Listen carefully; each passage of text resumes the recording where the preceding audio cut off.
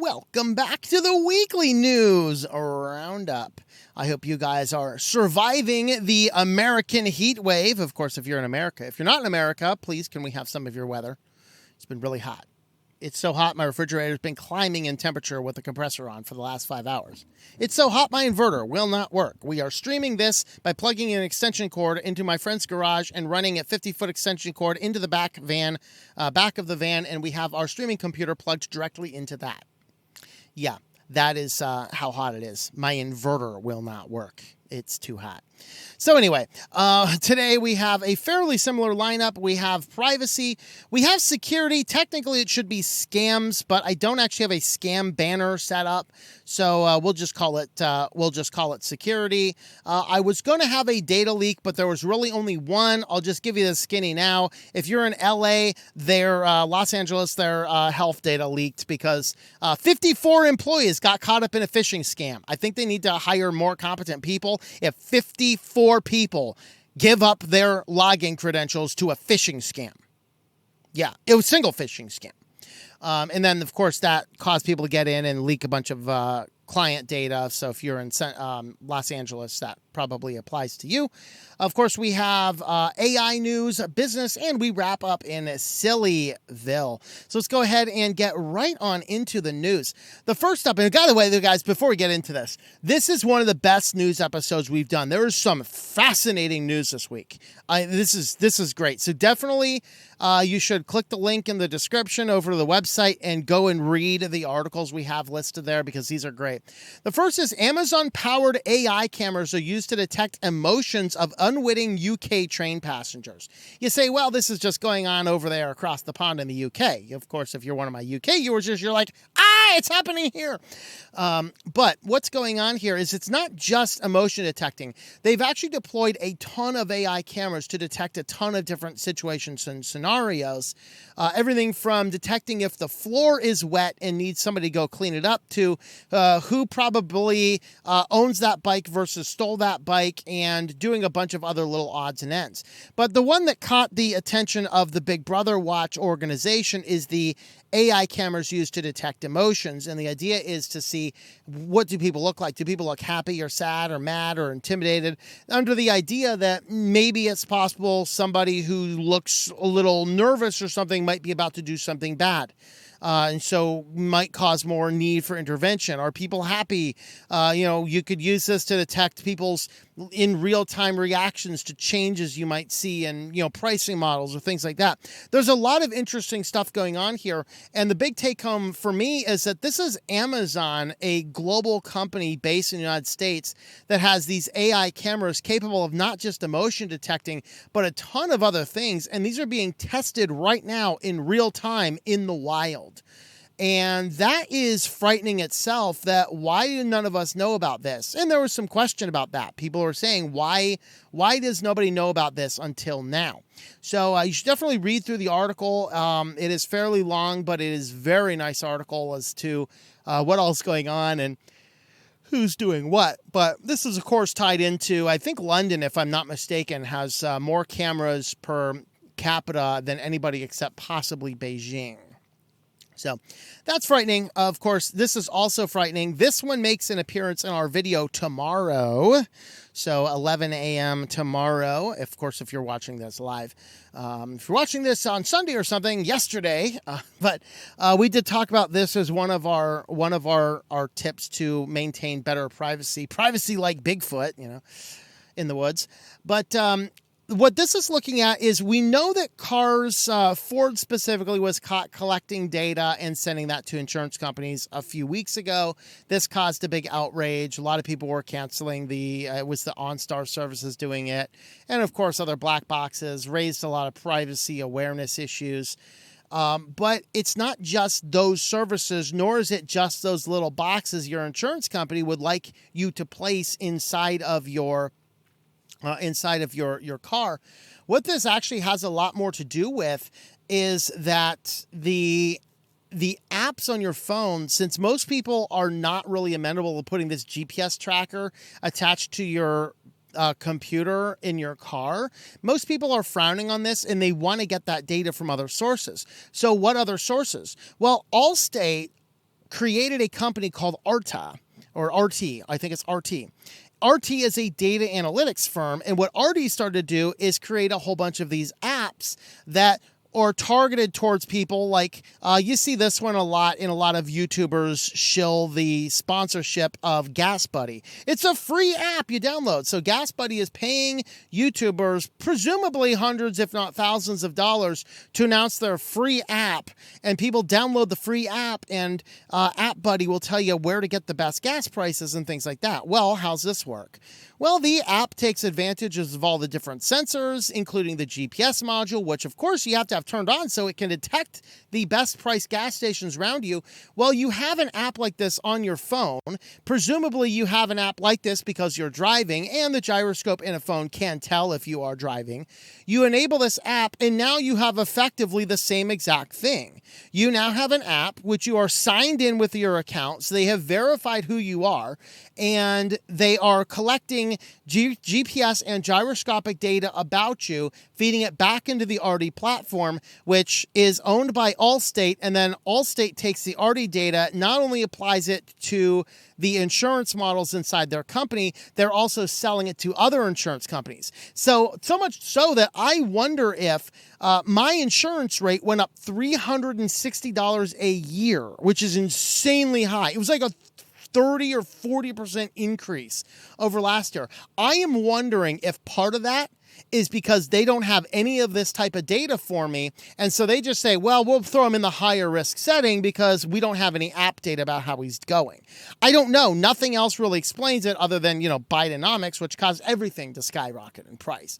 But the other apps involved in this was Life 360. I think, if I'm not mistaken, isn't Life 360 the one that parents install on their kids' phones when they start driving so that they can keep an eye on where their kids are? I think that's that one. Am I right or wrong about that? I don't 100% know. Guys, I don't use phone apps, okay? Call out my ignorance all you want. I don't know. I don't care. My Radar's the other one. I've legitimately never heard of that one. Maybe that one also sounds like, oh, this is my radar. You can spot where I am, I guess. I don't know. But there's a lot of these free apps that are taking advantage of all these things, feeding back into the account so that Allstate now has data about you, and it can share this data with anybody it would like. And so, of course, all of these, if you just click accept the terms without reading it, you are opting into giving them all this data. So technically on our legal system, there's nothing they're doing wrong. I think we need to ban all data analytics companies like Arty. Arty can go and artfully go to hell, I guess. But with that, what we're interested in here is that they're collecting a bunch of data, and in collecting a bunch of data, it is being used against you. All for you installing the free apps. You can find out where you get gas, best prices on gas. Wow, I can't talk today. The best prices on gas, and it's all free. Some app company is just paying your favorite YouTuber hundreds and hundreds of dollars to promote an app that's completely free. Yeah, the insurance companies are making a lot of money on you for these. Yep. Now, if you are one of these safer drivers, you might see lower ones. If you're one of the least safe drivers, you'll probably see higher risks. Of course, if you're a guy like me, I don't know, you might pay more. I don't know. Haven't a clue. And of course, our primary news in privacy today. Wow, this news clip is going to be long. Mozilla acquires Anonym, I believe, which is a privacy-focused digital ads. Privacy-focused. You see, this is the problem with Mozilla. Mozilla needs to get its head out of its rear end and start focusing on a legitimately privacy-focused browser. Stop dicking around with all this nonsense, like all this crap. Because I'll tell you what we're seeing in this, okay? It's a privacy-focused ad system. Raise your hands if you want ads. Oh, I didn't see anyone raising their hands. Now, what this Anonym service alleges is it has more privacy-focused ads because of three things. It's a secure environment. Data sets from advertisers and platforms are matched within a highly secure environment that guarantees no direct access to user-level data for advertisers, publishers, or even anonym. It just access to the hackers that get in there. That being said, though, I don't want any data in any way, shape, or form to go anywhere to push any form of ads. Period. Mozilla, get that through your skull.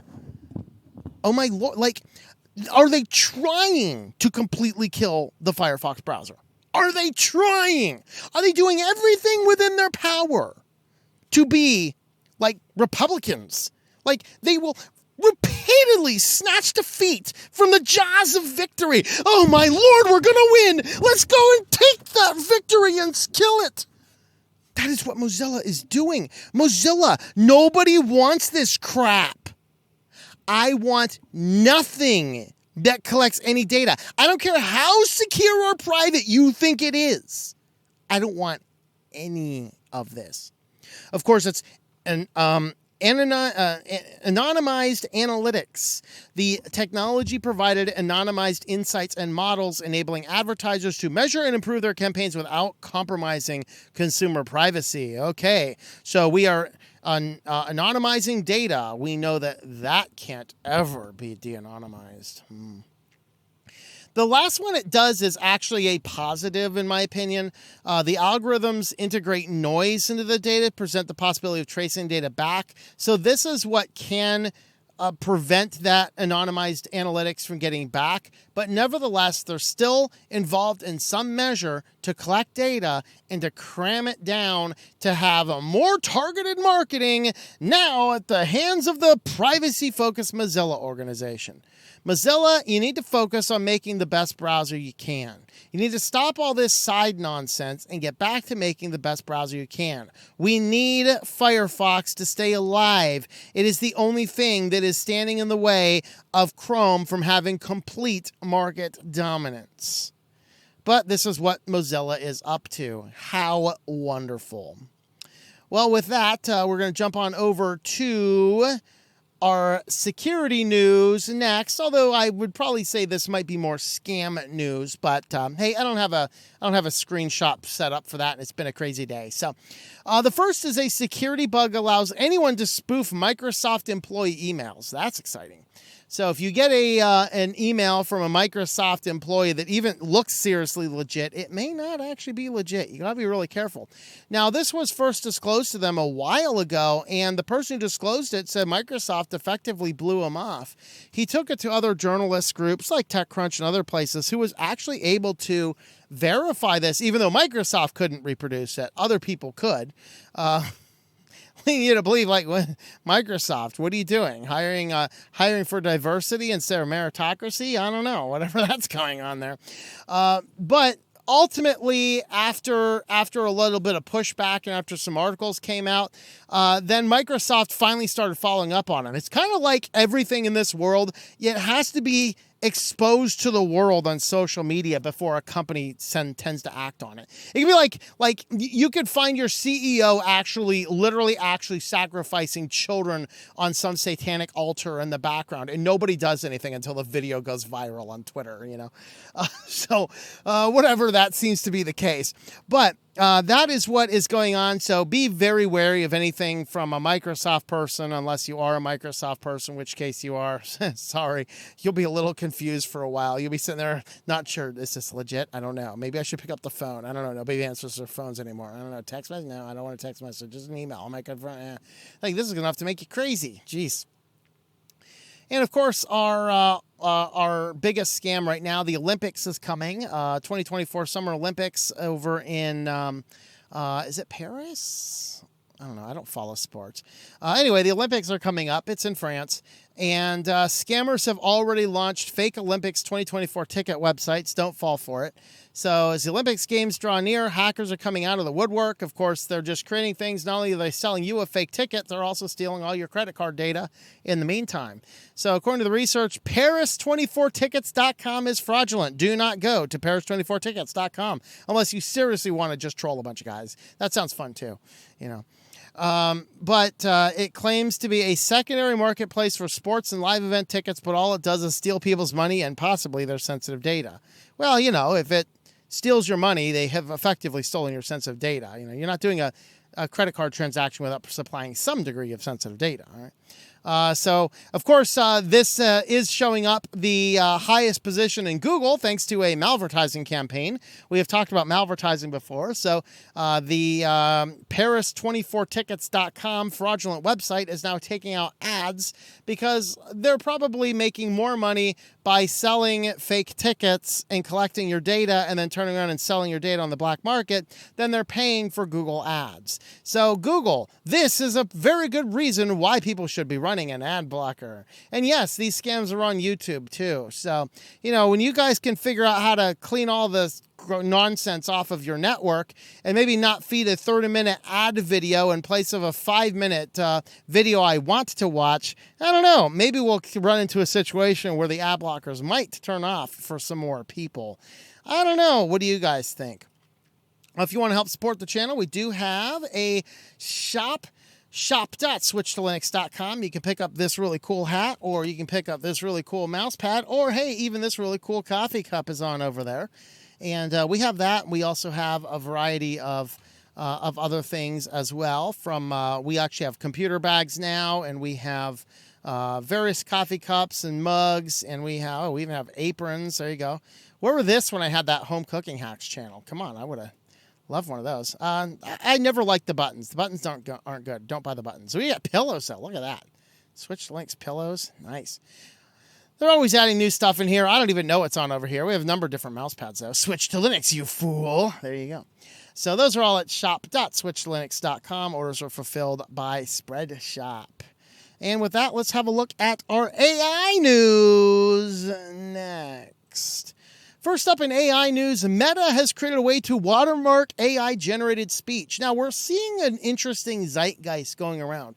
We know that the dementia patient in chief is fading fast. And we're seeing actual video from multiple different sources coming out, really showing how he's fading fast. And of course, what does Jean have to say about it is, these are all deep fakes. They're all deep fakes, man. No, they're not. No, they're not.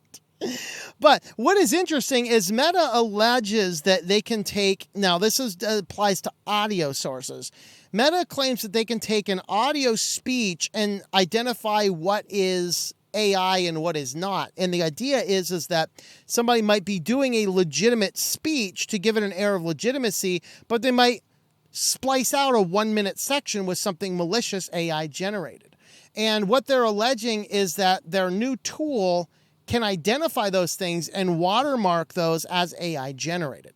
Now, it's not being actively used, and the big concern with it is that you could simply slap that label on anything that you would like people to not believe. So as we're seeing this weird zeitgeist where the communications department of the White House is saying that things are deepfakes when they are not actually deepfakes, it is not too much concern that Facebook is coming out and saying, yeah, we actually have a way to label something as AI generated, but we're not really using it yet, even though it's really, really effective. But I don't know yet. We're just not releasing it yet. But let's suppose they do want to release it, and they simply watermark everything they don't like as AI. So the world has no earthly idea what is real and what is not. Unless you're literally standing in the presence of a person that they try as hard as possible to keep out of the public eye, you will not actually know what is going on. And that applies to anything. I mean, I have enough video content on here. You can splice out stuff, deploy an AI, and make me say anything you want to say.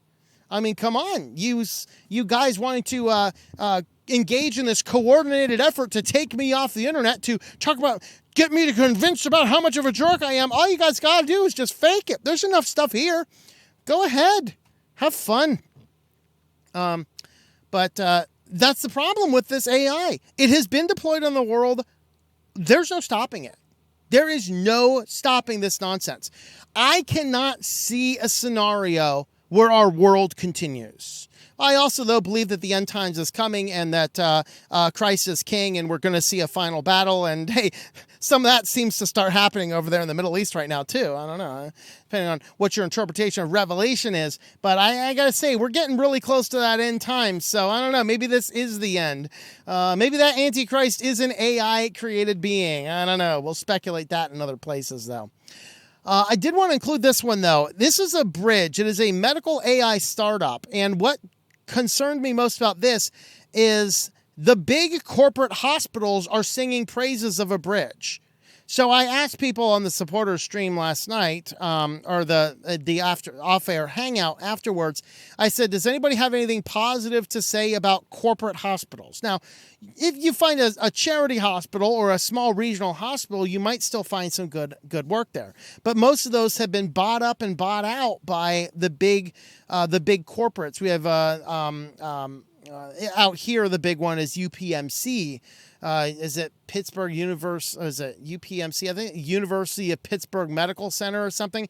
They are taking over. They are lowering standard of quality as low as you possibly can, monetizing every possible thing to drive as much profit for a for-profit shareholders as they possibly can. This is not medicine. This is the end of the world. Well, that is the company and other companies like them that are singing the praises of Abridge AI. Why? So that the doctor doesn't have to do anything. He just goes in, talks naturally with an AI. The AI does all the paperwork, and it collects all of the information that you happen to need in the system. And of course, it utilizes all of this AI to feed into the medical record system. Now, of course, the federal medical record system is called Epic. This Abridge AI now has authorization to sync with the Epic AI, the Epic data records. And so now we are in a world where your medical doctor is just walking into the room with an AI device. The AI device is taking all these records and syncing this all into Epic. And now we have handed over the last little bit of competence over into machines, which I'm sorry is nutsoid. And of course, since it's all the big corporate hospitals that are singing the praises of this place, this is what causes me the biggest amount of concern, because nothing these guys do make any sense. Talk to a doctor or a nurse who worked at a hospital, bought up by one of these guys. Most of them leave the hospital because of it. And so the hospital ends up getting the bottom of the barrel nonsense people that can get in here and do effectively nothing. It's kind of nuts. Well, that is what is going on over there. With that, though, we're going to jump on over to business news next. First up in business news, YouTube is experimenting with Notes. This is effectively the same thing as Twitter Notes. So it's a crowdsourced feature that lets users add context to videos. And so, I don't know. I'm not sure if this is going to go a good direction or a bad direction. It probably will work a little bit better than the Notes did on Twitter, because tweets only have half a day, at most a half a day lifespan for tweets. Whereas YouTube videos have a lot longer lifespan. So yeah, you could add context to suggest what something is. Is it AI? Is it, lacking some resource or reference? Things like that. So we might start seeing this show up. So if you are on a mobile app and you are a YouTube channel in good standing, you will be possibly be selected to help with the notes on the initial run out as they're doing the early testing phase. And then if they're successful with this early testing phase, they'll roll it out. The idea is people have to leave notes, and then it'll be showed to some people. And if it's listed as helpful or unhelpful, basically if it has a lot of good user engagement, then they might start pushing out that note live to everybody who sees that particular video. So in case the creator is missing something or intentionally spinning something, context can be added. That's the idea. So YouTube is trying to go down that route in addition to their crazy new attempt to inject ads and even cancel people's YouTube Premium accounts if they're using a VPN. That's a puzzling one. We want you to use YouTube Premium. You're like, okay, let's see. My VPN says it's cheaper over in this country. I'm going to buy it over there. You're on a VPN. We're going to cancel your subscription to YouTube Premium. Okay, I'm just going to install uBlock Origin. Okay. We didn't, of course, cover that article, but that's the gist of it. All right, this is having to do with the Futo scenario. So, of course, Futo came out, and this is the group that Louis Rossman's been working with. And with Futo, what they're doing is they are attempting to produce software that is not as ripe with abuse. Ultimately, their issue here is that some free and open source software, the example he uses in the article here is FFmpeg. FFmpeg is an extraordinarily useful video. In fact, I use it every day when I'm done with this stream here.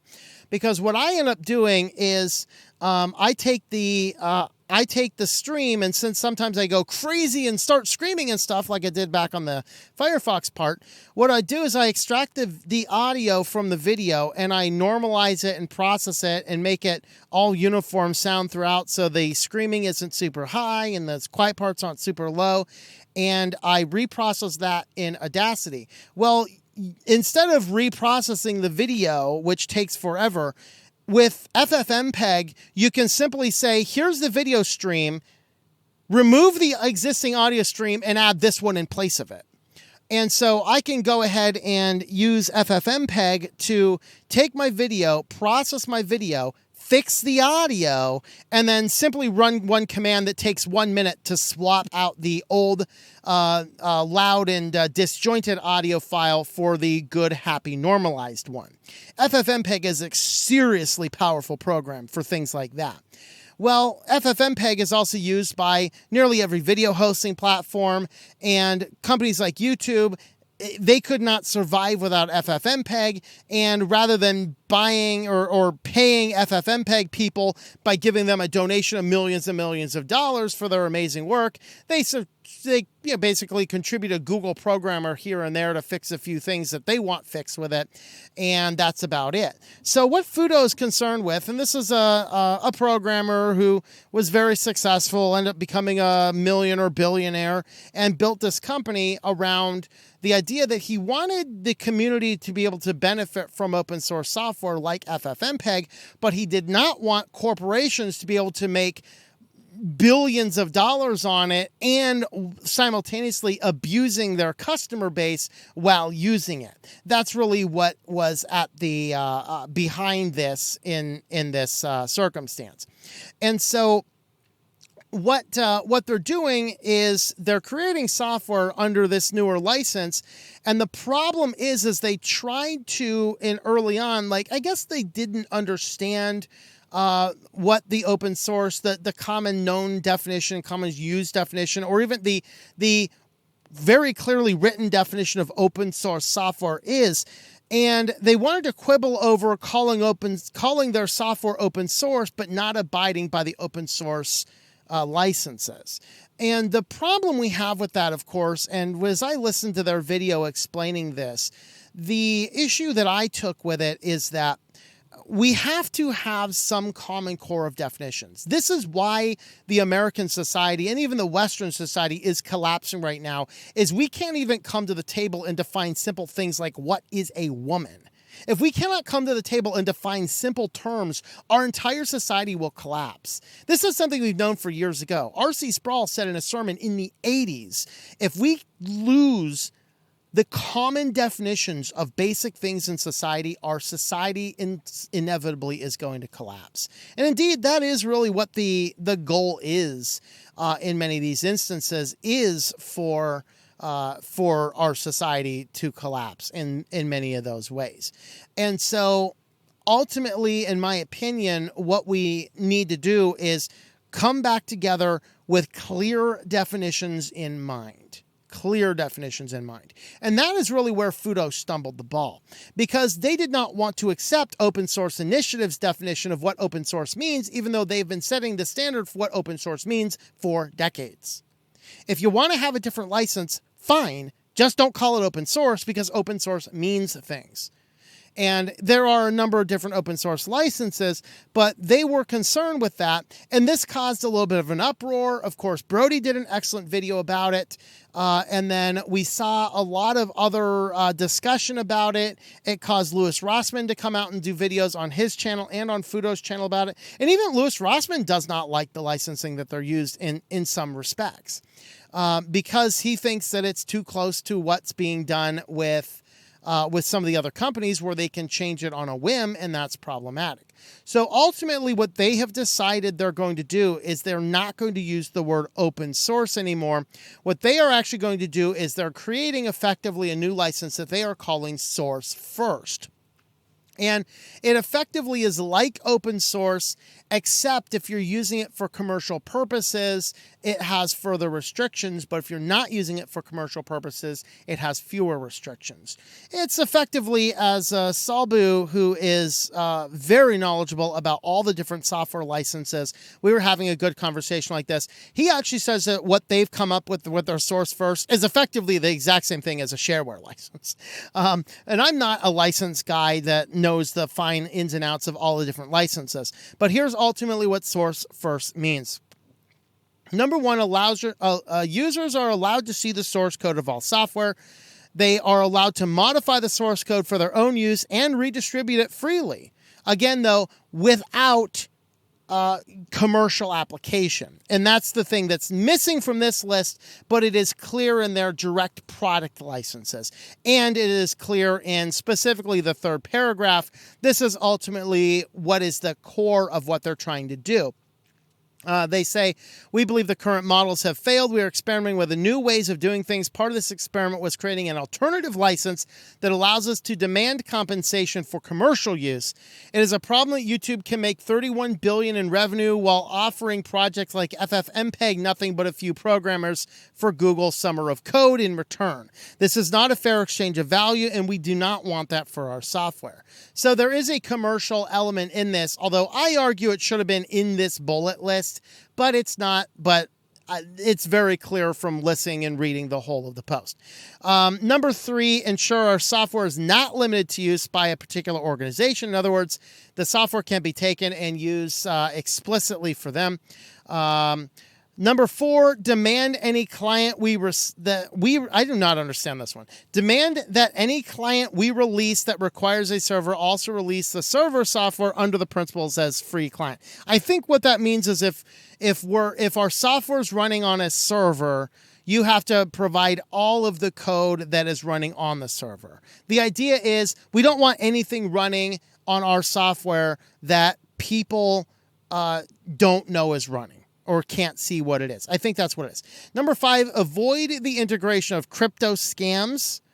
So you can't use the stuff for crypto stuff. Six, reject the consumer is the product as a business model. So not doing things with their software that's going to basically abuse people. And of course, if you are using it for commercial application, then there are further restrictions on that. I think that what they're doing is perfectly fine. Their only bungle here is trying to redefine the word open source because they don't like OSI. Get over it. Just use a different word, okay? Just use a different word. I'm okay with that because we cannot muddle our definitions. Otherwise, we come into the world where we cannot define what a woman is. And that's a problem. Okay, that's a problem. So that is really what the heart of the Futo debate. Hopefully I described that pretty clear. I like what they're doing. I personally do. I just wish they would have started with a different definition or a different word like source first from the very beginning rather than muddling it, because I think what they did is they caused a lot of people to be turned off of what they're doing by having this weird muddling of the words and the terms. That's my thought, but I don't know. Let me know your thoughts about that in the comments.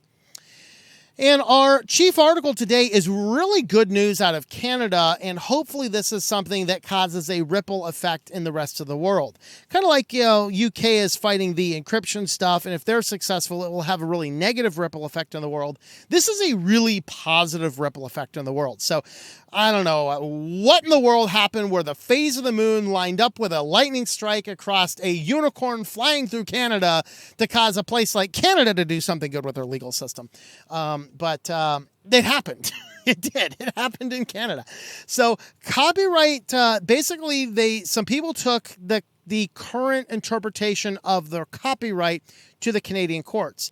And their version of copyright is perilously close, if not entirely modeled after the United States DMCA, effectively giving copyright holders a ton of protections against the consumer. Well, what the high courts of Canada ruled is that the copyright holder cannot do something that specifically violates the rights of the end user.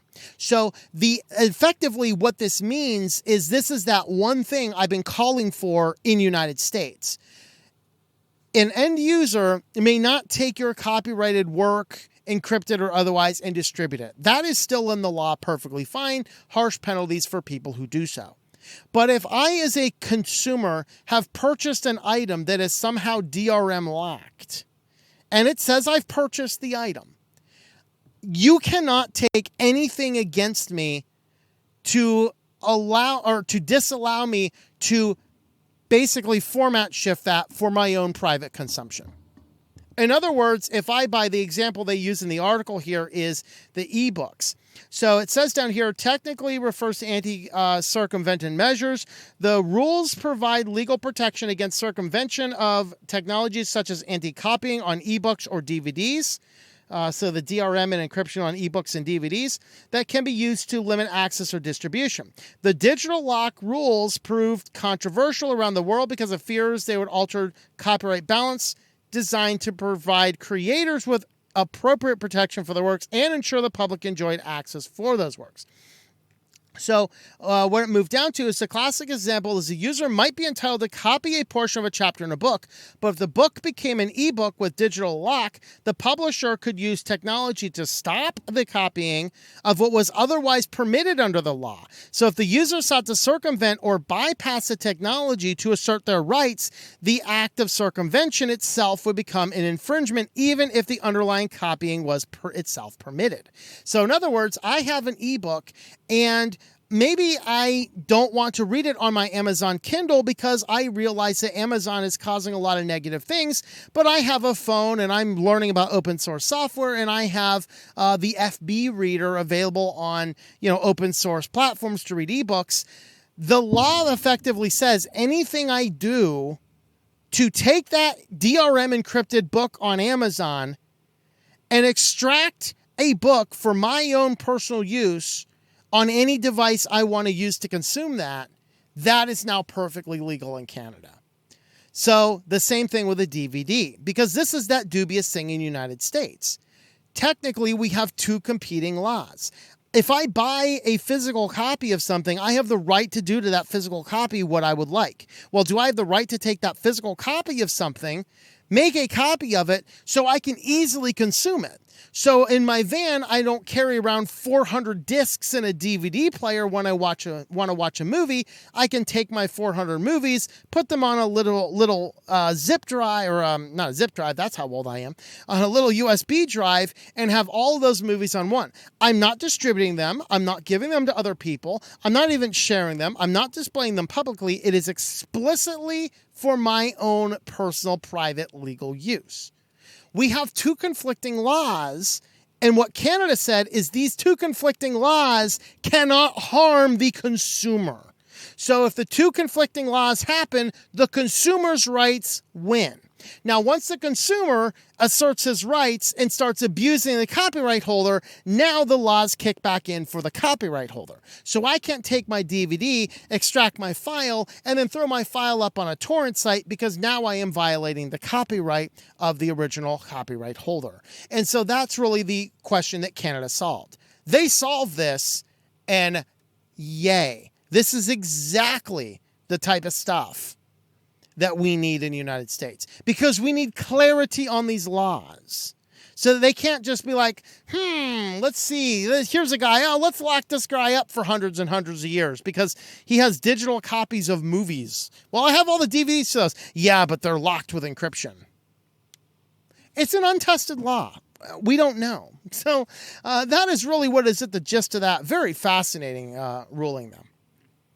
Well, if you want to help support the channel, we do have a science fiction novel, if you are unaware of that is called Synaptergy. and you can pick up a copy of this. Of course, we have, if you, here's a couple ways you can listen to it. If you have Audible, you can pick it up over there. If you have Spotify, you can listen to it for free, ad supported on Spotify. So you can do that. Of course, you can also buy a copy. Everywhere possible, I sell the book DRM free, so you can. There are some places where if I sell an ebook on it, Amazon forces it to be DRM locked. My apologies for that. But you can actually pick it up directly from me in a number of different places. I think PayHip is a good place, especially because we deal with there internationally. They collect VAT for me. So you can pick it up over there, ebook or audiobook, and play that on any type of device you have. Of course, we have physical books. You can order those on Amazon, Barnes & Noble, anywhere else you order books online. So you can go to synaptergy.com or tlm.li/s. You can click on this button and you can read the first full chapter. We do have the, you can listen to the first 5 minutes over here on SoundCloud as well. So if you want to listen to the first 5 minutes of the audiobook, you can go ahead and do that also.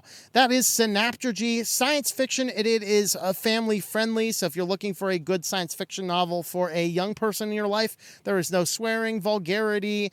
I mean, there's a few harder content areas, but nothing like a teenager would struggle with. Probably nothing a 10-year-old would struggle with either. But again, it's a book. It's written mostly for an adult audience, but it is family friendly content.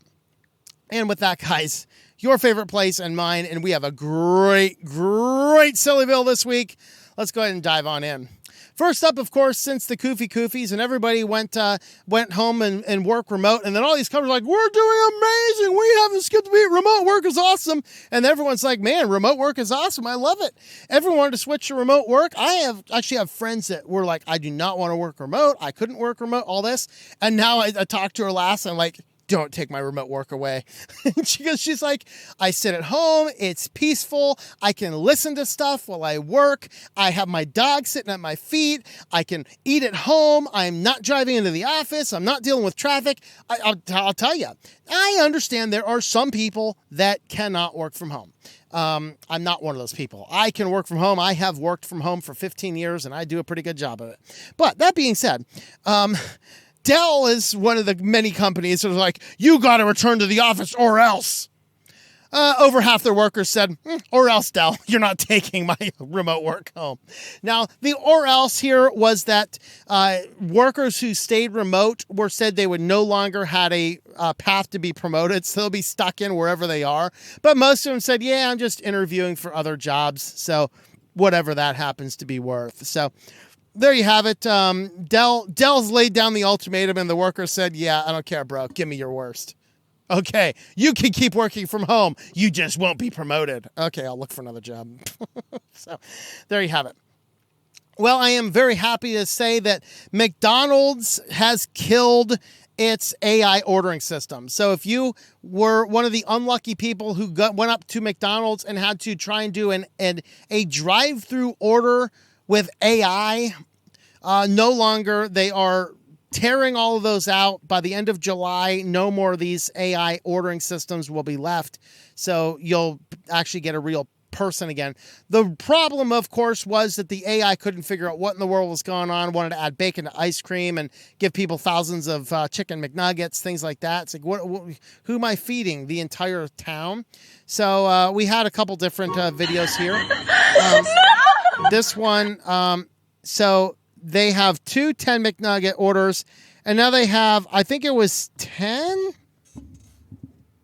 No, that was 19 10 McNugget orders. So effectively, they got an order for like, what is it? Like $250. And so the AI couldn't figure that kind of stuff out. This guy, apparently he went to get some iced tea, and it wanted to give him 9 large iced teas instead. So $10 in iced teas there. And this person, this person has 2 vanilla ice cream cones with bacon on it. You added bacon to my ice cream. I don't want bacon. What else can I get for you? Yeah, I was like, what else can I get? Nothing. Bacon ice cream. Your new total is $5.83. Please hold. I don't want Thank you. Now I it don't wants want to sell 3 them ice 3 cream of them. cones. I only want 2. So eventually an employee came on and it's like, okay, yeah, we got to fix this kind of stuff. I think this is the same one from a different angle. So yeah, there's a lot of nonsense going on. The AI ordering system didn't work. Although they said this worked great, we're going to go ahead and implement this everywhere, and apparently not. I don't know. So there you have it, folks. Yeah, the AI ordering system, it's leaving McDonald's. I think they said the last one would be out certainly by the end of July, July 26th. By July 26th, all of the AI testing stuff will be removed. Well, guys, if you didn't know how to cook and you didn't want to take Chuck Schumer's advice this weekend, where he's throwing cheese on the raw hamburger patty, how are these people the ones making decisions? These people are making decisions in our country, and they don't even know how to cook a hamburger on a grill. That's the demented guy. Lord. Anyway, so now you can buy this AI, ChatGPT powered AI grill. Okay. So you buy this grill and you throw all your food on the grill, and then you simply talk to your phone and you tell it what you're trying to do. Of course, if it's borrowing from any of like Google's code, it's going to tell you to put glue on your pizza. But that being said, you can basically put this in. Now they say the Origin 580 and the Origin 940 Smart Grill. So you put this in the Smart Grill, and then you're talking to it kind of like it looks like a text message back and forth with ChatGPT, telling it how to cook your food. So Brisk adds that Vera can react in real time to your cooking choices and mistakes. Means it can apparently tweak its cooking settings to handle a variety of situations, quote, to ensure food comes out top quality. So let's say you forget to flip your steak over or neglect to remove a completed dish from the grill. Obviously, it's worth taking some of these bold claims with a pinch of salt. I see what you did there. But anyway, yeah, here you go. You can ask Vera for general recipe advice, too. According to Brisk, it can respond to prompts like, I'm allergic to bell peppers. Make me a spicy chicken wing dish. Okay, if you need to talk to an AI to figure out how to make a spicy wing dish without bell peppers, I'm sorry, you're an idiot. You should go run for Congress and then take some cooking lessons from Chuck Schumer. What can I make with the leftover ground beef, cilantro, nachos, shrimp, and Gouda cheese? Okay, if you have to have an AI to tell you what to do with all of the fundamental components of a nacho cheese dish, I'm sorry, what is this thing for? This is just bling for the sake of bling and spending, I don't know how much this grill is. Do we want to guess, is this grill going to be like $7,000? Oh, that's redirecting. All right, let me just do a little internet search here for this particular grill. Let's see how much this guy is. Origin Smart Grill. All right, let's see how much the Origin Smart Grill. There we go. The Brisk Origin Smart Wi-Fi AI-powered grill. It's on sale for $849. No, thank you. I think I'll rather throw a raw meat patty on my grill and throw some hunk of cheese on it. All right, guys, are we ready? Are we ready for the best privacy policy ever? This is X Screensaver. Of course, I need to install this because, as I've said before, man, I miss screensavers. I know they don't save our screen anymore, but I do miss the fun of screensavers. So X Screensavers is a collection of free screensavers for X11, macOS, iOS, and Android. So X Screensaver for Android is a set of screensavers and live wallpapers. That's it. It draws pretty pictures on your screen, and it's free, and that's the whole deal. Now, the problem is this guy went to install it on the Google Play Store, and the problem is the Google Play Store must have a privacy policy. So, in their wisdom, he writes, Google, the most rapacious privacy violator on the planet, has decreed the X Screensaver cannot be made available on their Play Store unless I publish a privacy policy. For a screensaver, a privacy policy. For a screensaver. This pantomime where Google pretends to care about your welfare would be hilarious if it wasn't so sad. But here it is anyway. Okay, strap in. So here is the official Android privacy policy for X Screensaver. I'm not going to read all of it. My apologies. But he says, unlike Google, X Screensaver collects no user data. Unlike Google, X Screensaver uses no user data, having collected no user data. Unlike Google, X Screensaver shares no user data, having collected no user data. Unlike Google, X Screensaver has no need to process requests for deletion of that user data, having collected no user data. Unlike Google, X Screensaver will honor deletion requests if you email us asking us to delete none of your user data that does not exist. Unlike Google, X Screensaver will never share your data with anyone as it has no data to share. Unlike Google, X Screensaver will never build an unauditable personal profile of you. Unlike Google, X Screensaver will never use cookies. Unlike Google, X Screensaver will never track your location. Now, from here on out, he has actually given us links. This one's to policies at Google about location tracking, YouTube videos, articles about the sauciest and spiciest stuff Google has ever done. And let me just find some of the highlights as I scan through this. It will never prevent you from running an ad blocker. It will never restrict your ability to extend the software to protect your own privacy and security. It will never pay your distro to install it by default. It will never share your name and any other information with advertisers. It will never be the largest advertising and surveillance entity on the planet. It will never destroy the federated nature of email, never destroy everyone's ability to forward email, never silently track users and then settle for $5 million lawsuit for pennies. It will never try to make WebP a thing. It will never tell you to put glue on pizza. Unlike Google, X Screensaver will never offer you advice as it cannot talk. In the event X Screensaver does talk, we ask you to ignore his advice as we do with Google. Unlike Google, X Screensaver will never prompt you to call your dead father on Father's Day. It will never secretly purchase your banking data. It will never spy on harassed teenagers. It will never sabotage your competitors. Okay, we're just going to read them all, guys. This is just too great. It will never war drive your home Wi-Fi network and save your Snoop traffic forever.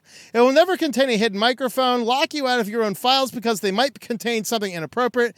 It will never intentionally degrade performance at the request of governments.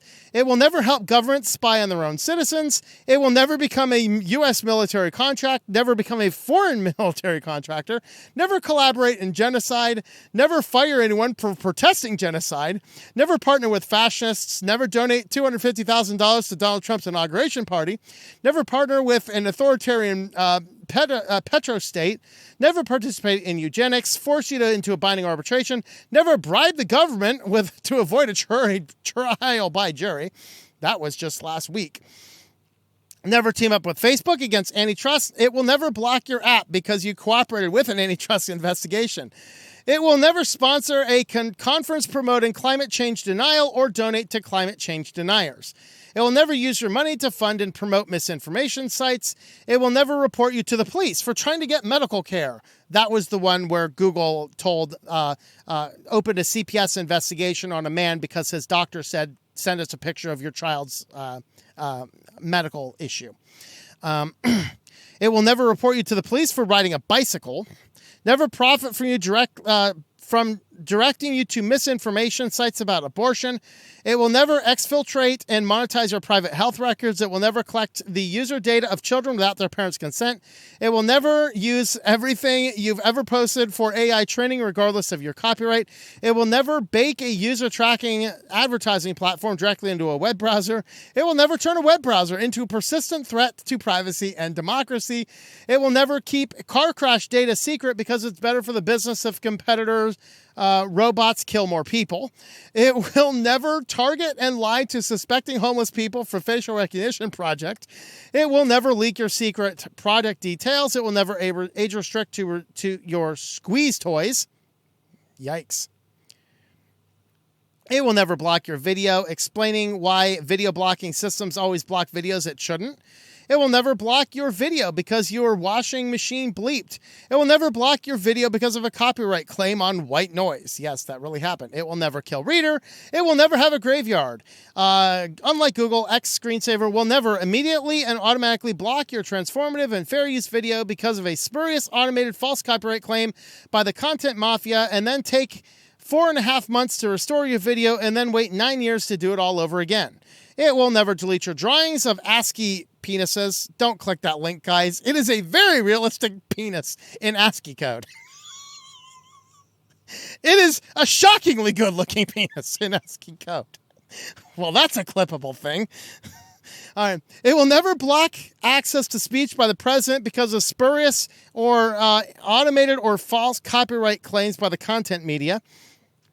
It will never fire you if your research results don't toe the line. It will never demand a retraction even though you have detailed notes. It will never fire you by email. It will never rely on a subcontractors to avoid paying a living wage. It will never retaliate against you for forming a union, pay women less than men for doing the same job. It will never delete all of your files and backups, and it will never run around and desert you. So there is the privacy policy of X Screensaver, because Google required a privacy policy for an app that does no form of data collection at all. Well, that was an exciting read. I am losing my voice now because that was a lot to read in a very short period of time. So if you want to help support the channel, we do have a locals page, switchedtolinux.locals.com. You can do that. Of course, you can also hit the join button if you are watching on a Rumble, and that'll take you to the same spot. So with that, guys, thank you for watching. Have a look at us over on Locals, and we will see you guys next time.